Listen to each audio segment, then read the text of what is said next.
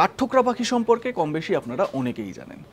গাছের মধ্যে বসে গাছকে ঠোকরাতে আপনারা অনেকেই দেখেছেন।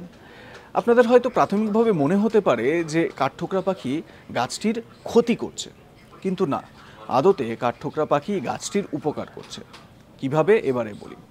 দেখুন, একটি গাছের মধ্যে নানান রকম কীটপতঙ্গ, পিঁপড়ে, পোকামাকড় তারা বাসা বাঁধে এবং সেই গাছটি থেকেই তারা তাদের খাদ্যের রসদ ইত্যাদি সংগ্রহ করে থাকে, সেভাবেই বেঁচে থাকে তারা।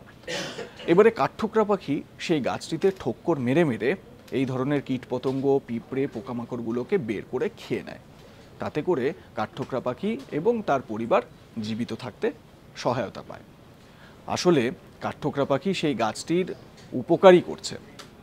এবারে আপনাদের বলি, কাঠঠোকরা পাখি 1 সেকেন্ডে 1400 গ্র্যাভিটেশনাল ফোর্সের যা শক্তি হয়, সেই শক্তি দিয়ে এই কাঠঠোকরা পাখি ঠোক্কর মেরে থাকে।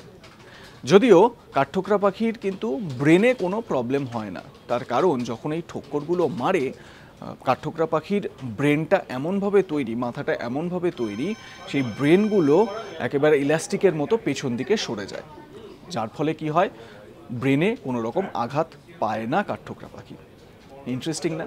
এই ধরনের ইন্টারেস্টিং সব ফ্যাক্টসের জন্য প্লিজ ডু সাবস্ক্রাইব আজ তাক বাংলা।